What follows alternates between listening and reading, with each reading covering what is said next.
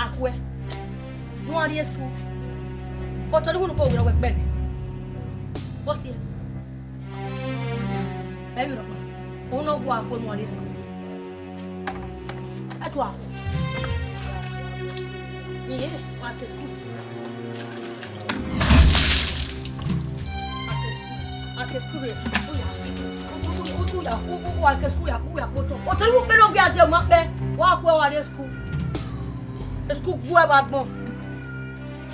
Why when you told me that do you got me now when you do this?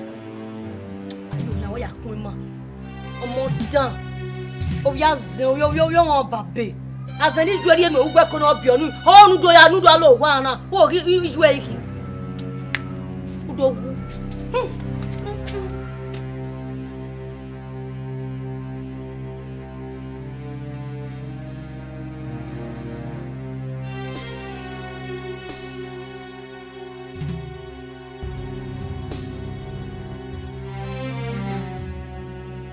Day. He when he come away. Who work era? Why can't set it Latian? Ima wate. Why don't come out pow pani meme? Oh, be me. But what do me more money? That is soon. He went to soon. Who pow pani meme money or money me? Oh, be more money. Okay, what are you going Madame, who back it? Then move on. One fan of the kitten of your back. Hell, some man, you go no, he never really no pay well. Anime. Yes, he got baron and he said to Yadomo. He got baron, but Bonano saw we many. Our pay. We are going to pay you. He might pay well. Yes. Eh, no many. I why my buba. I my buba. I that big. He got one. I that big.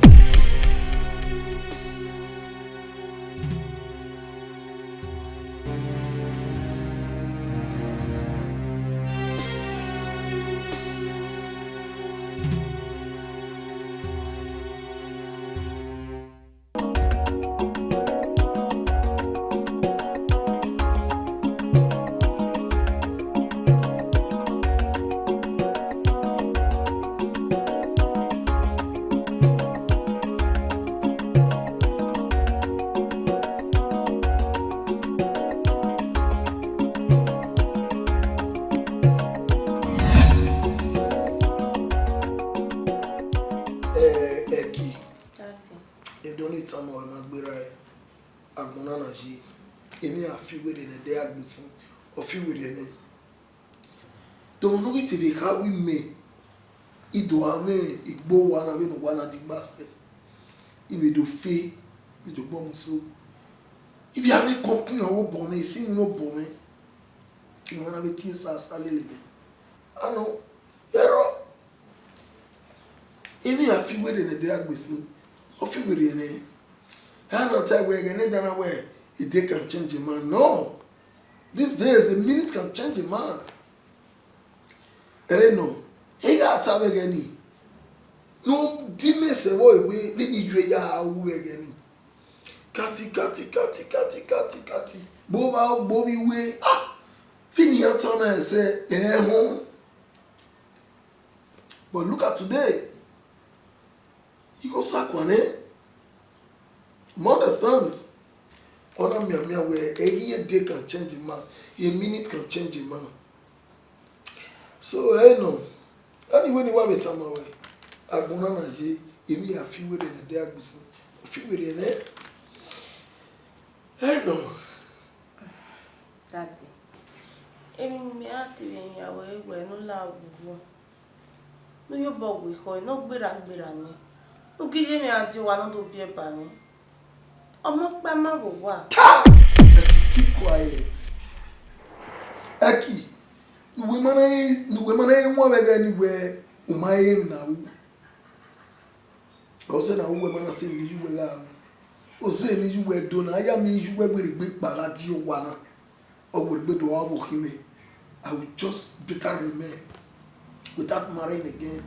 He will be your way, man. When we tell him, he will be your way, man. You understand? The man will be many. Keep quiet. Hey, yeah, I ain't even way. Emeni now everyone then na ugwe mana say kini you la do. No. Okay? Ijue e wo regbe do wa na yare. Nda onyi wa to se no nyi we gani. Emeti sunu. Okay? Man we gbe emeni wo wa na o. So come on, I won't be you kiloji. Okay? Yeah, Daddy. So as you are here, man, people happy. You may go where me you will be me where are you? I'm sorry, yo.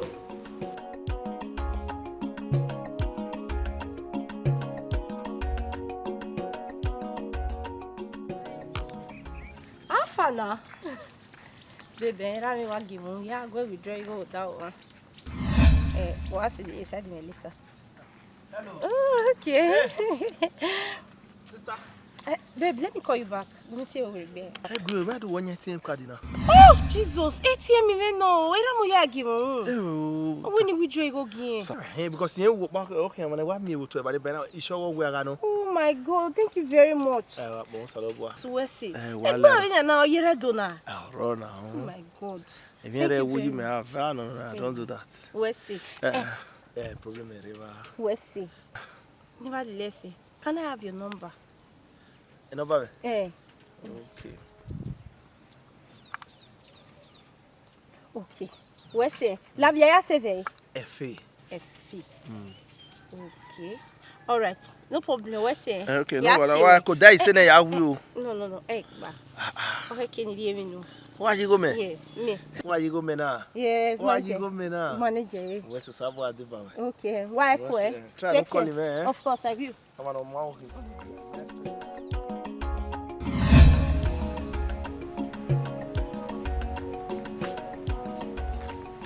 Call. No.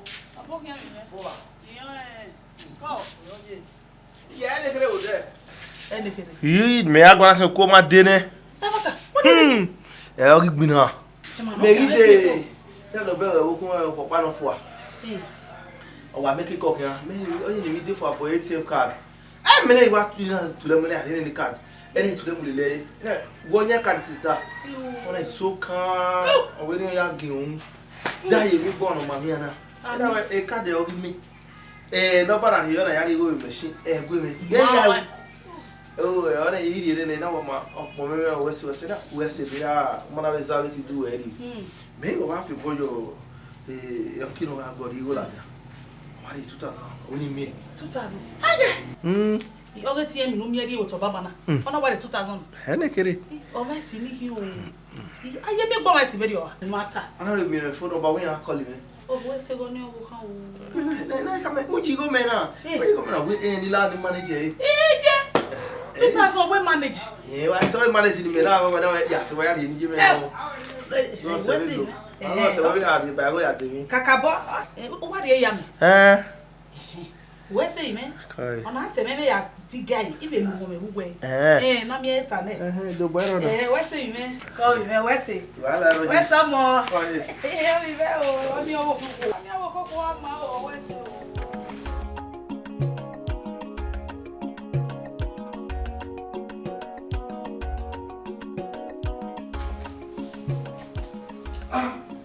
Eki, what are you away? Eki, Daddy. wake up, huh? Where you away? Daddy, give me. Oh, what can you for you? We phone you. What was it? We phone you. You got salad with phone. You got salad with phone. We make money in my office together. MD, her office, supervisor, her office. My father's office is here. Oh God! You want move on? Was moto moyo. Was moto moyo. Ya magia utadua ya sala. I was office. We make money in my office. Oh my God! Let's go. You go. No, Was salad. Papa.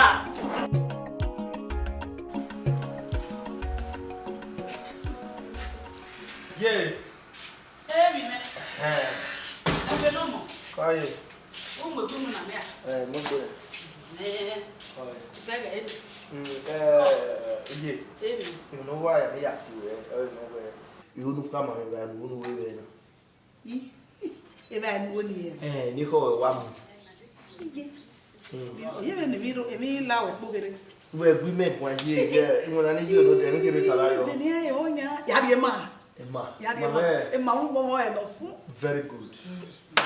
E come me? We can relax on that. E water. Salobo we say. E come me. We make 3,000. Oni ase we ya daje. E wala. We say me. Oma iga idun mani ne na wa fi owo mu ikula wa lori owo. E de polo pe o. Ihan yi me. Ihan oma mi mami ase nu me na. Wa wala ti baba no pe aga he we ya we se owo he we ya we se o we we fa no wa ya kin ari yo he ise iko lo kin lele we la wa e no ye bubu ise ga kin jari o ga ye bubu ere ma we ma wo we na ye busuti ale o ge be ga ni bi be u ja so pa we se ya so pe yo mi me la ko bi me we se bi me jari mo ma pièce.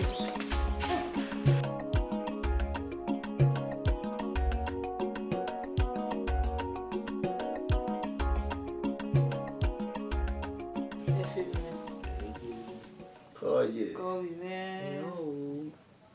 Efe mi ga ge we. Onye me ga se. Wa se. Iga ge we. Go e go. Run da we ko to ga de mi. O me si e ti gun mi de. O me be gbala ma gun mi de me de. Salobo we se we gbo mo nanu ri me. Bi e we no sa o me. No ma o me mi me. O si e nana mi ga ge we. Go e go o bi me eruna e kan ya so e kan wa so e ya so e kan wa van o bi me ruta me ga wo we e mi o be ri ro no iso we wa gbon e ri ro o go we mi a wo we e mu we o go ri me de agbe iye gogo ni mo e mi ro pa ero no so mo ero ye egbe me mi we wi we me e we kakabo e ki me ni na wo ni mi ro pa ero no he se me ko we wa ero bi me so we wo mo ya mo ma mi mo so ni u ga ni ri e ha wa u je nya ri a o iwa ru da we ihe go mo ni bie e hin ari o san gun me ta ni ero mo ini me bi go bo ye we una ni we na we ke ari gbe boga oge ina ye ti ri gbe ne obo ina wo mi igo no ko la obo ne ino la ga obo na ti Salobo e ma ka o mi wa won ewe iya ki opa ro polo mi na hin mi ba ina o ya ki e me mi e ga ni be do ame store e store ni tegbe no kwa o o ese mi me we a to time ma kin mi le lu Menu time na wo ade amso. Ise o. O ade anwe na zeki wo boga we ni. Menu time yo ke anje. Wo ese bi me lo de I ka re ta na eru kan ya so we hia. Lo de no de to akon ye o kan na gbo kan na movie me. Wo ese bi me e fe no mo. Wa mami me. Wa to wa pe. O pe ara we ya we se ru da o ma ne ha e son pe ason no ku. Ami o de ne setting la. So. O bi me. Ori o me soto. O se bi me. Yo ni ya gbogbo. Se ya gbogbo bi me. Ya gbogbo. Kakabo. O bi me we ege fi ma fi an. Ege fi ma fi an. Ru da mi ke bi ya fe. Wa gbon na ge dan no kian so iye ke e bezu pe. E kian no no. O lo de no de to akon. Se o. Ineru na no le ma je mi me. Ise yo ja gbogbo mi mo wori owo me wori onye me. Idugbe bi o bo ni. We se mi me.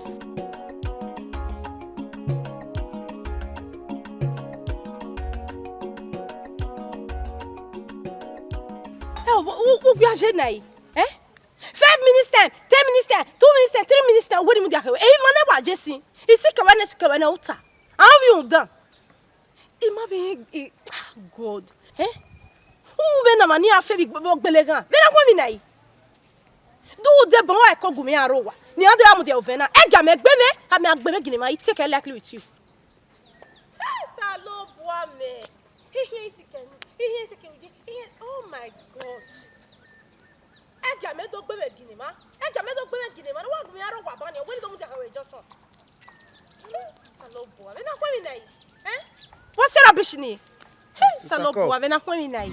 Ha? Questa. Sister. Iwa to mai we kwani me. Ayo mai jiwe o. Imagine we o. Egwila de ke mana ikamigbe. Ma se we na. Ujire dokpa we dero na we era ATM ya ge won ATM card we na defo. Ga no mi. Oh my god. Efe. Iya edegwila wo egbe. Egbe wa kan me cabman ni wa ti sise onsin. Owo ni do mu da e mewa je no gbe adesi ma me cabman. 5 minutes 2 minutes imamio. Ha? Why get moto we out there o wa be mo we ni aje mo so bo we calm down. Ya table before my Emma. Mano mo se we no yina ma yanke no atebo. Ko. Iyo bros. E dey no wa call me my call. O ida me dey na wa phone me ya we pillow. O be na do rie me. Edegbi wa dey busy. Yo see edegbi matiwe. Egbi. Ko. Wala ro. Egbi. E bu biare na. Me dey wa. Me ko dey. Okay. Oma, ya ti we later eh. Ko wa ko. Oh, yeah, of course. It's very done here. Try not see me. All right. Why ko eh? Later. Ko why Na kwa mina yi, eh? Obi un dan he manasi na imami oni. Me ehia ti dori me yi wo vena. Ya stro se Joshua ni ge dey am e cabo. Ma bo hian leg de ba go.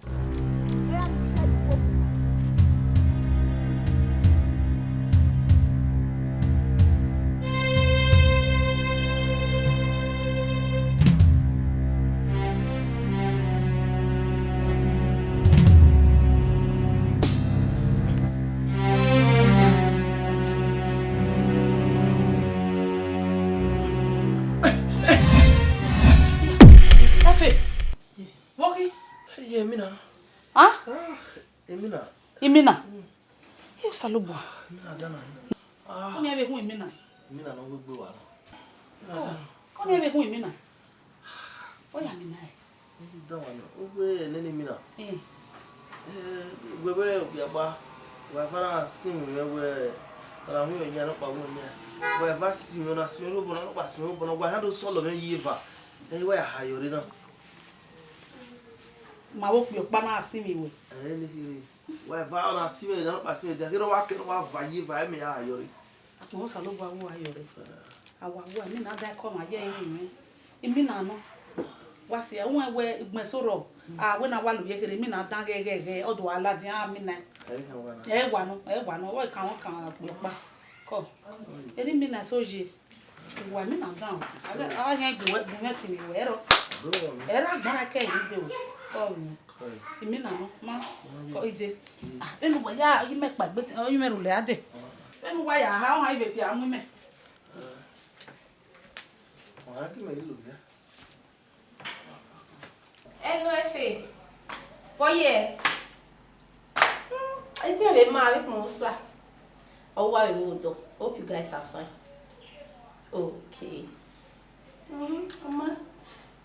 Anyone need the one my address eventually. They said no away. Okay. Oh, all right. Mama. Anyone need the one my address eventually. They said no away. Yeah. You know said you all no today. Like mine, I'm said no away. Okay. All right. Maybe one day, yeah, we do so. All right. Okay. On my way, I do. Astrologia. All right.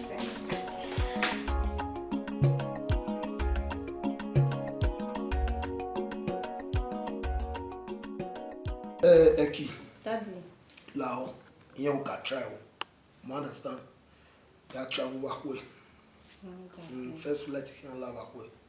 I'll be going to Abuja. Cost me money now. Only 2 bombs a day. You understand? Project in Muri. Now okay. You have to say like 2 weeks when my go out. A company or our or Daddy 2 weeks. Mama, go 1 or 2 weeks. Where will be working now? Hey, you go to Gualo. Ya waru wa mariba ya. How's the band roto? That's true. I know you can do it. You know, we met you.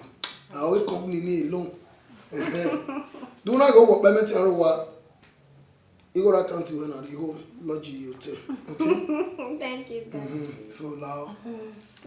Any person that offend you, is still gonna.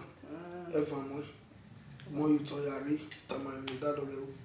Okay, Daddy. Okay. Safe trip, safe journey. No problem.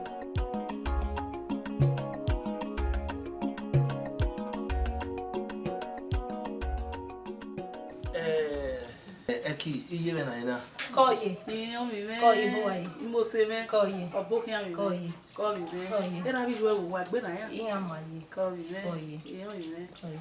Eh, get me ga hama na we origo me na we ATM card of it. Yana kina. Yeah, fee. Call you. Uwe se mi me. Call you. Uwe se dere be mi luri no mi me. So be di go ne ba. Origo me. Fee. Uwe se mi me. Uwe se.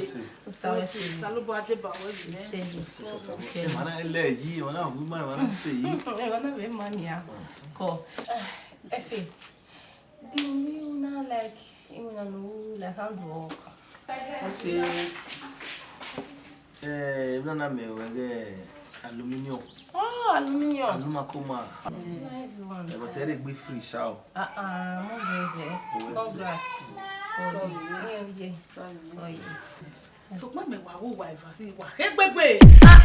Mo gba opa wife wa ge mi me. Ije wuta. Wa kegbegbe mi. Mama no fu ami na ya ki me. Oko gbe ailele fun e. Mo se gbose. Oh, yeah. O be ne wa je mi. Where's it? O be. Koji. Iyo mo.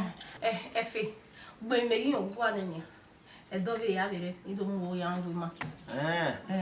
Wala rona merona. Oge. Ke no me do o ya ngwa. Oi. Ko mi. Iye. Ya do say ni dia. E ma ta mi. Uwe se mi me. We see. We so mo. O me be do ya be ngwa. We se o. Iye. E mi me. Kwe mi no na no we manager no na. Ije we manager na. Effie. We na aro. Uwe so mo. Oi. Ore na ya wa gi me. Na we bungwe. Uwe se ya di boy. Iye no e Uwe se mi. Effie. Mana. Here let me. Wako. Na we am no wa o. Iye. Uwe se mo se me. Iye. Ese ma gbe mi me. Efe.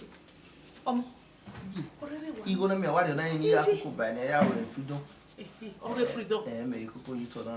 Freedom. Ne ga le ye bai. Ki boss ya. We mo na bai. Ya te we ni sue but yo we ya kan ka bola. Ola, won ya me wo yo me wo na ri. Oro egbe.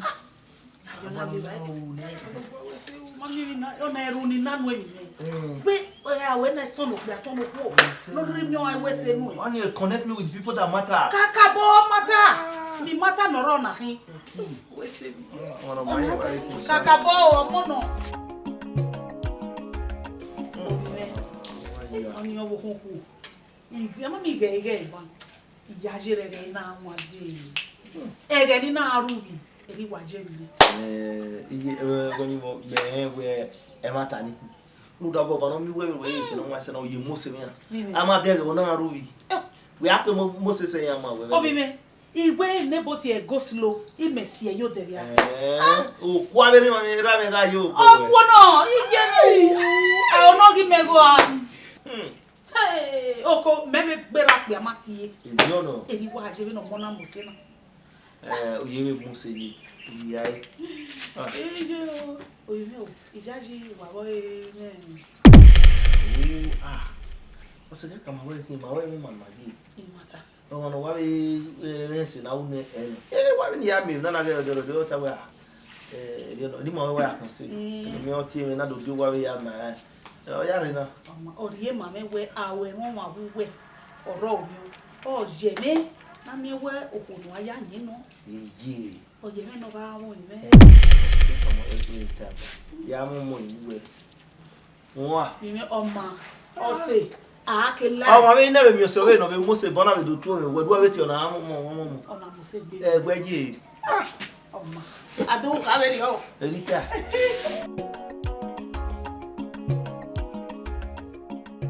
Efe ko bo here. Ko. We say. Ko yo.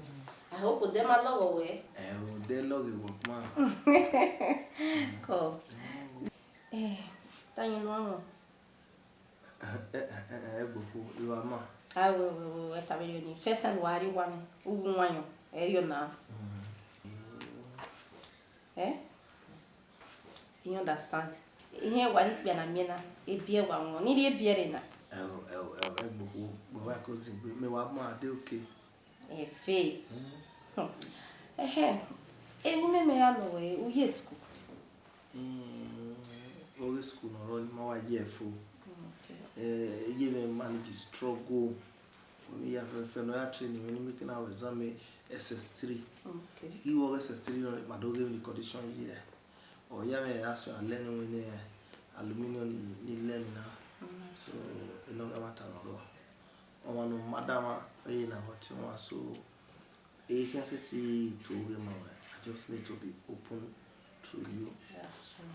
When we my woman in there on my wise in my room, you and my struggle, but my balance is I understand. Due to any area there will always one manage, but God will make it easier for you guys. Cool. And any result you will go where?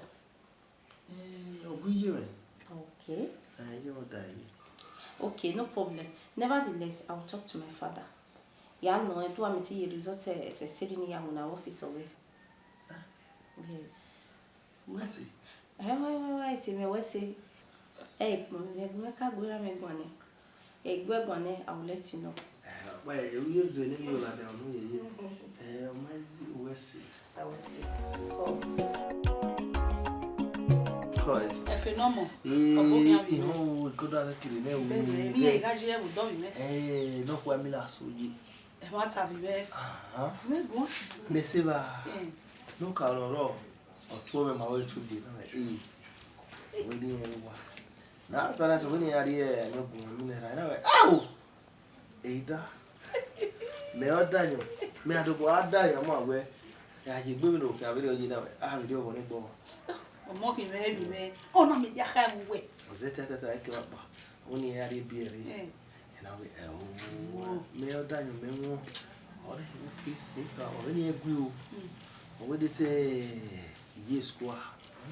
Na iye me bi ya bro boy say SS3 use ke awon na.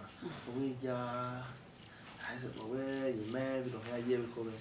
Digi ina gwe ni ko ni do amu na se mo ni ri digi ga ko. Me ne ka me wo we se o. O we bo mi e ni ka gwe ni ko ni na we ata ga de mu yi na ese no kwa ni. O wo ni me ya ati wa. Efe mi. Me ma igi ari bojo ni. Fu da we ga ya mu na be si mu ni ra. Imu no bo we gi we mu na lu ma ko we we ni. Wa he wo ni. Ọmọ mi ari owo yin sorry. We imu wo officer kana ne si na ho o wa. Ka ke be imu na lu ma ko ibi ere ga ibo wa fo ni mu aya hin ya ru mu wa ni aba be gbe. De ba imu na office de we wo ma se. Imu na lu ma ko iwo bo de. Kuba kage ni go ya so bo ye ti be ke ba ima de ma mi ko e mo ya mu na ho Me te we do wa ze bi o mi ra mu go nu enu ya ki o so bo. Ese we re ha umi e ma fe ke do aze me yo bo le ni mu ni si mu ni ra ni sa kwa ni ra gele ko yo me be su se gbe na yo ni bi amu na we si esi bi a ho we no o ve No ye me ado ka we o bo ya. Ko bi me.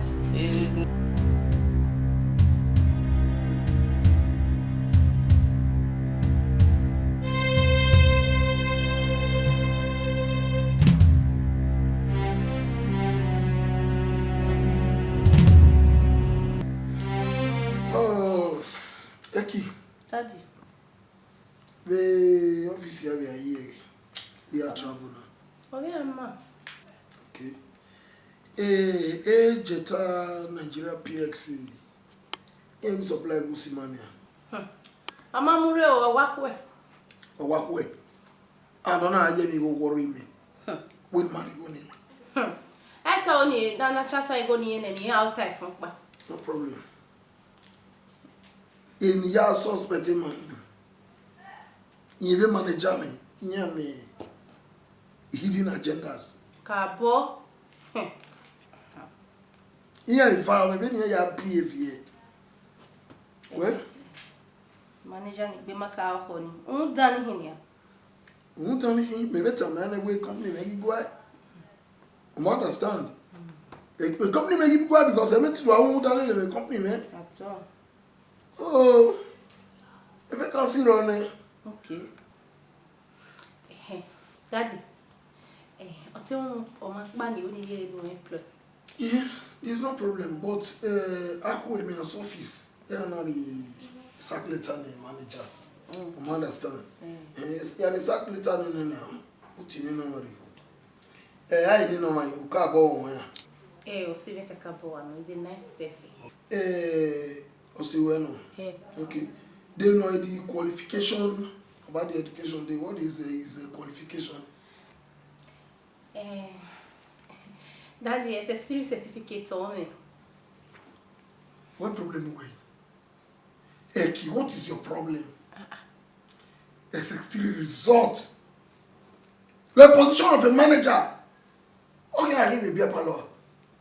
When I employ one, when Daddy, Elsemena is a nice person, straightforward person. No, keep quiet. When I employ S3 certificate office me as a manager, we're not in the mirror. Daddy, I have security now. Daddy, boy, now lawyer, be one me one like you na the manager no mama no soon tana. You na go na. Eki. Over my dead body medicine. Daddy. Are you deaf? Why employ you?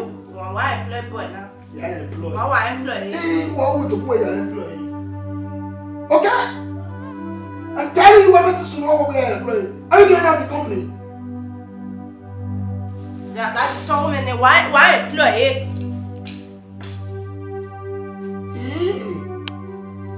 Was it funny? That you see funny?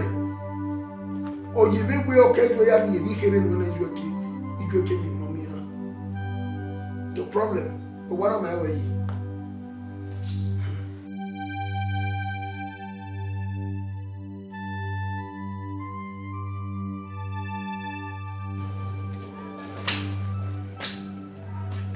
Daddy. Eh? You want to know how much we resign? From where? When I resign? Where? We resign. Eki. I ain't get no tea from you. But they no resign. Me make an employer. Because you are my doctor, how you want to company me? Daddy, we how much we you win on that way. You win our company way, but what in it? Yeah. Me make an employing way. You may employ way. Because you are my doctor is the reason why you know when I'm gonna leave me. When you resign, who I am resigning, who you are maybe. What? Come on, who resign? About law, then who resign? Then who resign? Who be yao you and no one? Who be here? I can't need you and block a. You will not have access to one naira. Away, about law.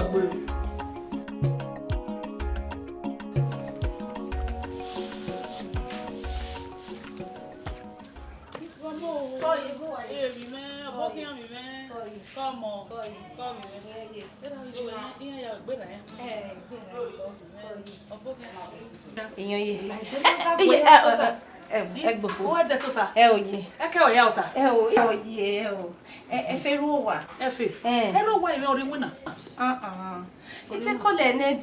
Nobody manage always switched off.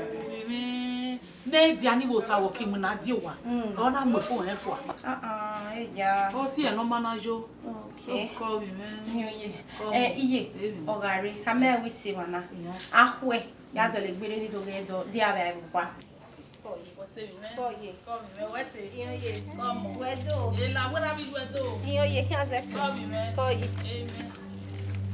Amen. Eki ni akugbe ko wa se meji mobo. O me ya se me yo. Eki, we you wina. Abi, who you wina? There's no problem. But who we you wina na ni? One of me ya kwa wana ni. Bena na me we bia si papa na obi asi ni tu egwe ya fefe you ma we ni. Afiamero problem bi ro. Eni me mi we go ma ko do we ko wa ya pa ware. Ya pa, you wa ko mi na mo no wa je. Ya pa. Ya te we mona. Ya te wa. Usitu we oneki. Irugbe weza omo irugbe. Always if I talk when I in me na we we must say already me. Obo ndo ni we. Emmanuel we do. Me ma yin gwa. Emmanuel. Oma, that one no ni me why do you have a problem? My only doctor. Wow, chini ne boy. Obo ye do me chini ni.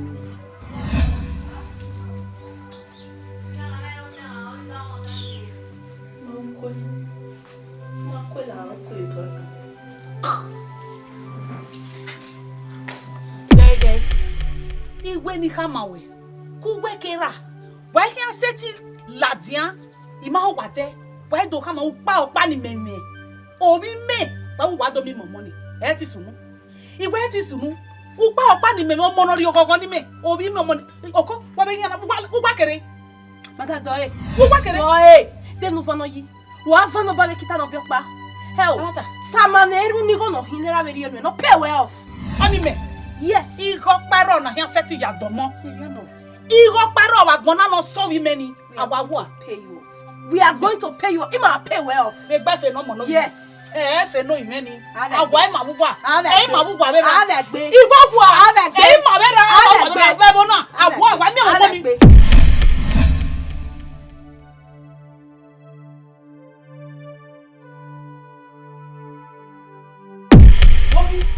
Emina. ah Emina. imina e salubo Emina dana. ko ni e be hun imina Emina no gbegbe wa. ko ni e be hun imina o ya ni na e Dan wa no. Ogbe nene Emina. eh Gbegbe ya ba. Wa fara sim we ra hu enya no pa wo nya. Wa va sim na sim lo bona no pa sim lo bona wa ha do solo me yiva. E wa ha yori na. ma wo pe pa na asimi we Ni ki wa va na sim na no pa sim de hiro wa ke no wa va yiva e me ya yori. ko salubo awo ayore awa wo mi na da ko ma je yin imina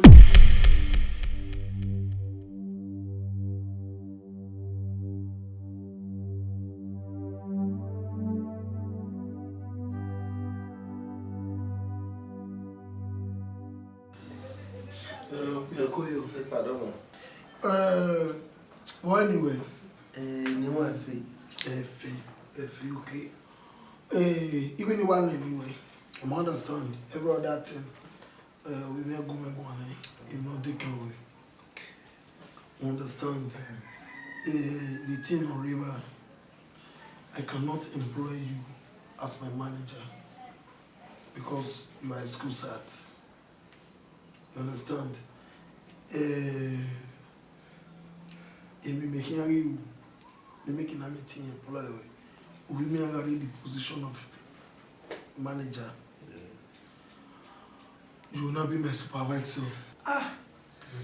If I was it. That's why I'm meeting you. Because you are a school sat. Problem is, a problem is, you understand? If you want a weekend, you know, when you know I am and I'm boy away, or in one way, you only me a parent way. Ira ijue. Epa, oh, you have no, only is it possible because so why you in a row, okay, no really, at least have a human in case of any eventuality, at least have a me where you understand. Hey, no. Okay, congratulations. Where's it, Daddy? Congratulations. Okay, problem zero. Okay, This way. Call you. Iho, feme. Eraki. Owe nyari mina no isi mo na we. E mata mi. Ne o ina go. So my no pa no you talele. Owe ai ke me we ya sun ni mu na. Oni ti we ri. O ko ke ye yo pa be. E ma me o. E na o ga go ni no we ye me gbe no ya lele. No we ta me ro o. O fon to awo na mo gbe. Iwa le lo e. Oma. Owese go gbe ani.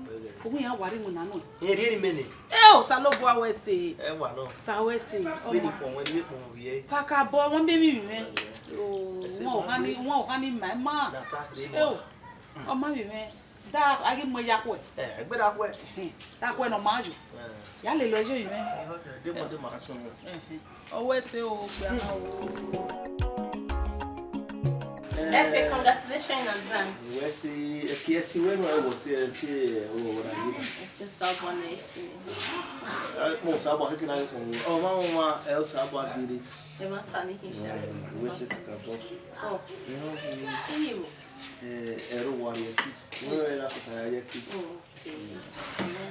Mama, you can of mine. Oh, mo wa ko. Well, my give me my out. No. Ayo ne ri no. Vale isso. Eu não me ri, Maranhão. Cujo era o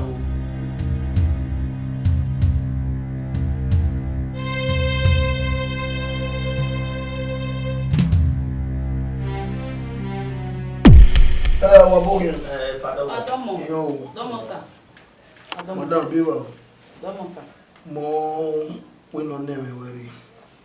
O ge bamba domo. You be in a way at least on a very good and have a family okay. You understand? I have a beer neighborhood insurance. Okay. They will not assume with me one boy with Taloma will give no no. You see it. No. You be so one where any young boy ire. You know what we hear no we Nigeria.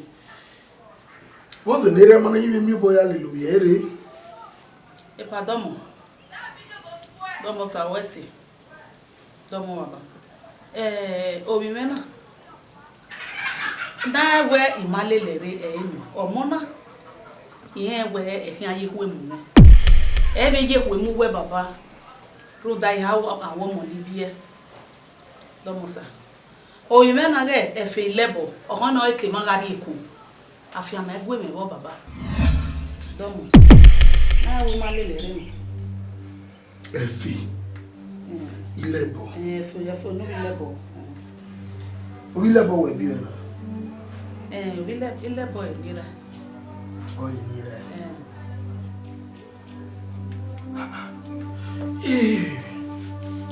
dilebo no bi o lebo no bio so mo pa na oni ya gimeta efe no bi me o ka seti so yo lebo no dilebo no bi we pa o ka kire lebo no gare so wa street ko bai oi ra so ma no ya de imagi inyo o hanga lobo medeni ikoni ile boze dame ya pa o ba ina ile bo wari una ni giti eyo na oido ya mu ko ba kere ade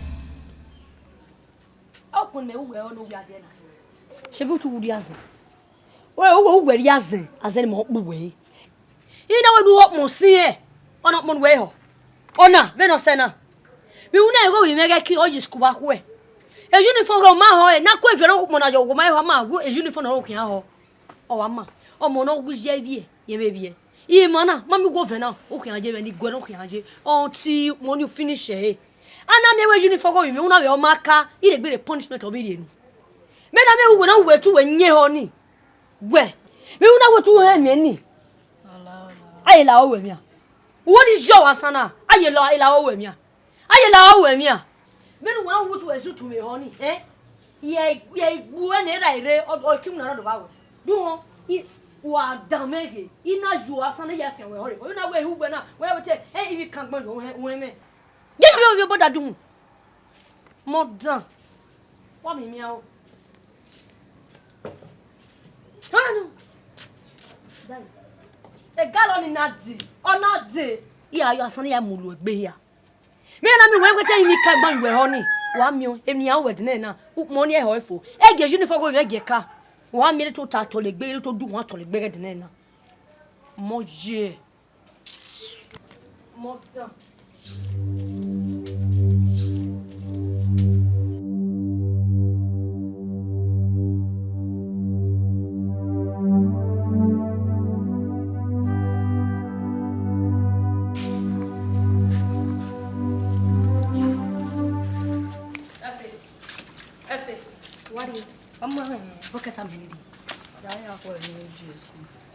Ahwe. No area school. O to lu bo we we pe ni. What's here? Europe ba. O no go ahwe no area school. Atu ahwe.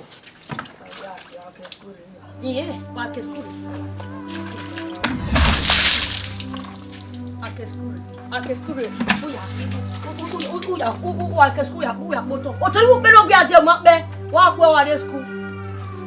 School gbo abagbon wa iwe ni o toru ya pe duho iga nu na wo we hin mo na yo to ku be school ayo yan wo ya kun mo omo dan o ya zin yo won babe azani ju eri no ugbe kan obi onu o nu do ya nu do lo wa na o ri ju e hin udo wu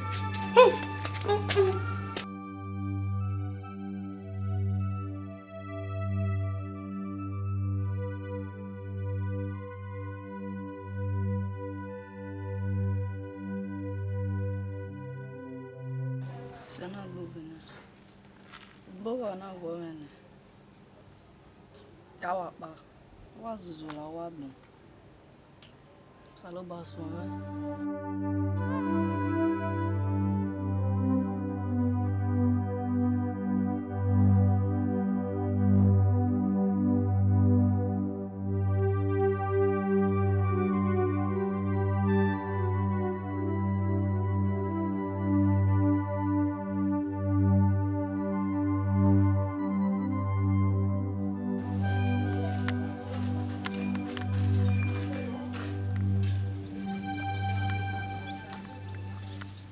Pastor. I have this one. Okay.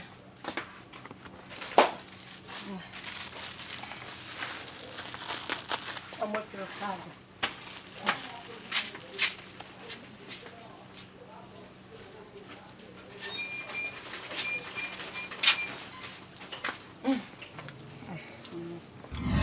Umari go me. This was when I never eat. I will go up with this one now. Utama me ba wu me go you here no I for no say. And they don't do something like that. I will be ready yo. I don't say. We want my bread no mama ga o mama gi ko we go back on gbe yo. I know that now we person. They don't do something like that. I bet they go. Here.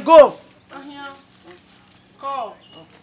No, I will make it do good. Why do you make it?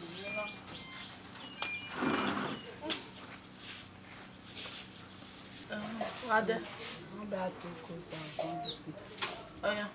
Pick up me. Give me money.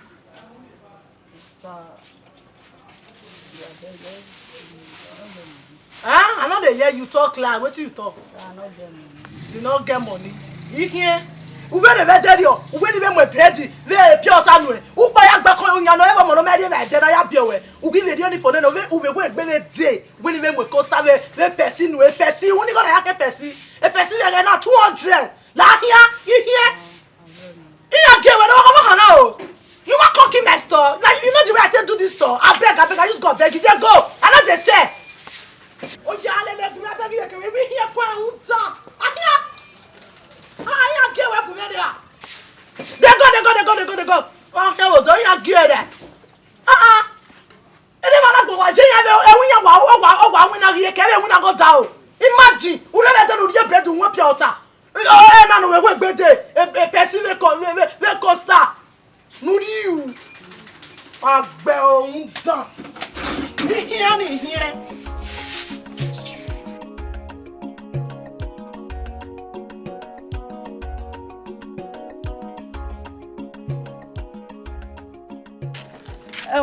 Oh, Hana, Lali, come. Pastor. Now so waka na you dey waka.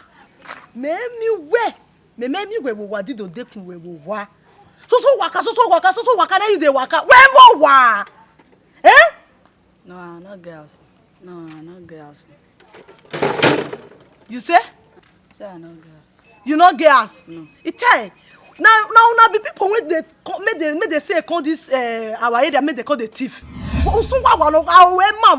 You be thief. No, me no, I'm not the thief. You say? I'm not the thief. Where your ass come dey now? I'm not girls. You not get ass. No. Yeah, make me an hour agbon. You not get ass. Mama, what's why? Follow me. One carry one. Thank you. That's it. Boy, you. Effie. Woman, J. I guess. If you can't get, do we get living with Tani? What you wear, you suko de eguna bawaro we ni wanya we. Nu kere ma do adele ni me we do ekun e to the woman. Huh? Where who was it? You don't want to go back to the house again. You don't want to go back to the house again. Where? When my papa wife did the treat me, I know like never they give me food every day, so beat. Eh? This is that kind of person. No. Effie.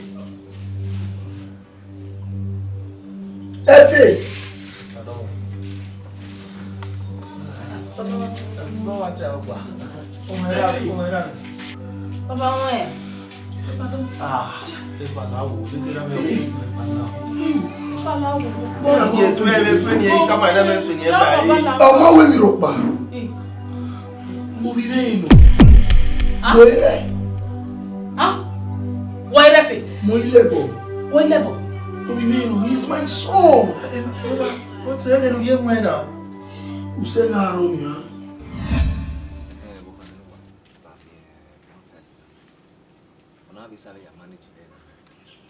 One friend.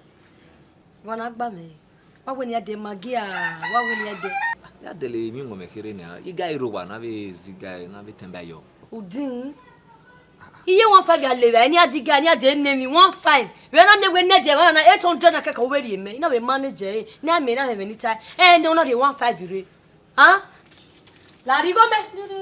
Ya chege odu akwa ku igoro mama na yo mo bi na. Mi ele rigo me. Emi lo pa igwe me po la ho manage. Bẹ́ẹ̀ ni mo mo gbe mo la jade na. Mo mo gbe no ajo yeye rigo mo ma rigo me. Mo me kuri be na.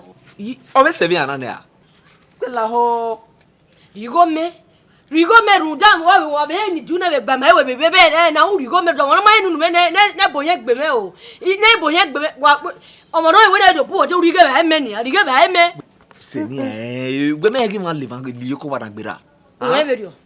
Unwe ge ma le ko na gbo mo ni ayin mo. O na jini 15 me obi na ni ale ba yi.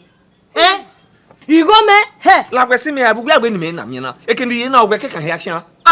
O wa ma. Hon we yun ya han se ko rie. O ma kan me. Mami go rie na 15 na. O na agba ya ni mi aye. O mami wa mo no ma nu ku bi ere se. Wo wa me wo ri ogbe ba ero na de na. Ku e ko wo e kun me kwa han awie. O na agba ba ni aye. Dun.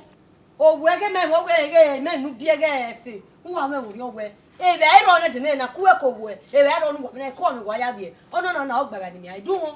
Oh, o we be no. Me mo bio ya lao ihama wene onu na o si me ade ba nya ibe na gwe bo we wa gwale kwa na ribe wa gwale ba ye bata 15 Wana nyi ya. anu ni iwe we ye nwina ye di ga gbon obo ke we ya le ba e 15 apo de fa o 500 naira ni ale ba e o bo me ga ju we pot no nu we do mo be de kokko nu we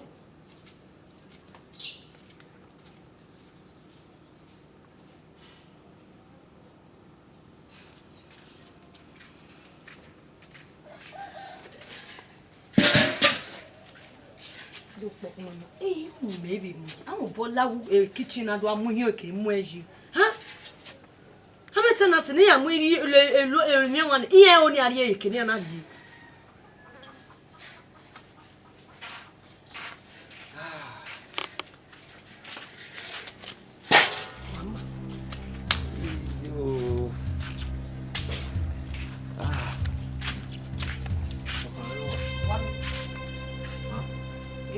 Mami was over the view of you. What is when you would be? Who are you squawking? We are here. Men wale king na dena. Imuna no ko mama no wina. No ho nya ta wo ye king na da wo wina gbonjo. Imuna no ajoro na ya mi ko ba me ni wo we. I o we ya we de wo wa. I ba ri school. I ya ri kick school. Na me we o do pa kede school e kije. O do ni e we la ri wina. O ja ma go ya stop ba ri o mo ke school gun me. Una adi. Den we you wasin go. No mana e ke we ya yes ko ga ki. We ya ri adi wa. Jo we mu he ya kick school. Be na me we o ba nya we la de. Eri we ji a. Be ku we no bo so baby emi anan. He o salo po lao. Be no wa de ni he. Be no wa de we ko ala we. Be no lo mo gun me. Era ko eri. Men wale king na dena. Wo ko me la wa pa me sa mo ne. Da me no sa yo wa no. Ya ri o mo ke school. What are you? I don't know. I don't know. Huh? Eri ma da sun ya, e kin go ba do na di ma da sun ya. The agreement me gba eta na me gbe hey me follow na. Wo ya ri o mo ke school bu me. A question no need to answer. Daddy we ka me go here me gbe eri here do jadu say ya do jadu le we do asu sele le we. Eri ya omodo, eri amare. Allow. You went on you went vi kude vio went vi kuro kyo what do love here. E gbe na what do love here. O mo so for the school ma bodu fan uri ere. Ya be le ne be de wo be ya mo da mo pa pio. Ni yon Men akon men go tami men ayi. I omo ni me ri ku we o we tami me go e o mami wa. Ah? You must understand. When a woman will read many we might make son a begino. Oh, a keep a me here. You must understand. A keep a me here. We are not my very. Omo me ri ku we. Cannot jade am I memo. Who do atama me go mami?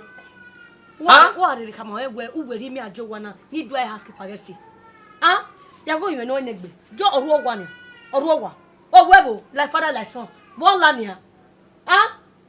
O bia mo we go ti gba oge o mati mo wona mo efuru nu amuye orphanage home nu mo eto am bo da mi go be asa who amu wo mu fi orphanage home o ya mu fi motherless babies or fatherless babies home because I me mama se no fi fu we na we onye na no mo ye komera ai gba nyaje ge tu ya de ba me gwale fe oni me awe no o mina ni me ale lugbe ya gwala mo ni ma bie eh o salbo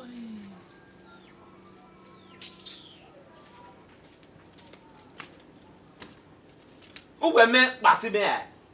Me gwe me nya su e una kia passe me a. Salo boa, dai bi condition e.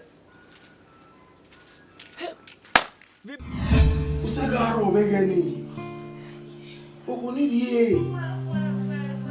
Jesus gano. Botimi ya do fi gbe ye. Ani kini mo kwa lo ga be. Oh. Se kwa lo we. To police station be yere go decide where. Porque maybe one day. Oh, salopo awesi. Obi go ba so fa kele ni adi. Salopo wa. Efe. Otu. Efe. Obiera we wano. Obiera. Salopo.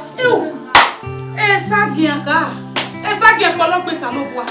Esagien pologbe. Bime. Why ye jere? No kana na go mona na yo we ma. So kwa me wa wo wife asi wa kegbegbe. Gba opa wife wa ge yin. Ije ruta. Wa kegbegbe ni. Mama no fu ami na ya ki me. Oko gbe ailele fun e. Ina ga gi ya ifa. Ina ga ga we yan. Ina wa me gbe wa me na wi me no wa kegbegbe. Wa kegbegbe. Ewu. Ime ge sa gele me go pa wa ni go me na mi. Bime. Igogo nu e fe no bime. Eu efe mi rene. Mo ga emi me. Ile ro wa na. Ya na ku ya drive here. Ya be go ma no ho we. Iya re. Well, Osawesi, I want to play you with it. There's a new, I'm also look at the gear and can I will reward you. I'll be begging when I say I'm moving a cocoa, and I will be here.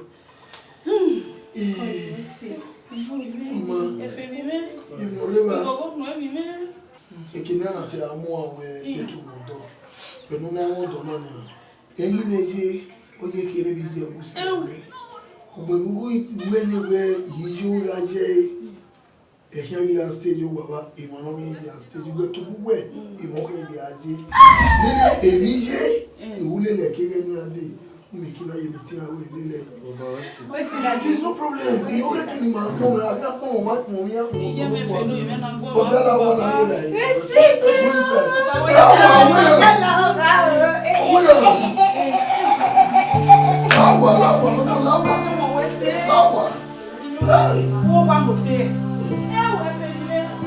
Lawa.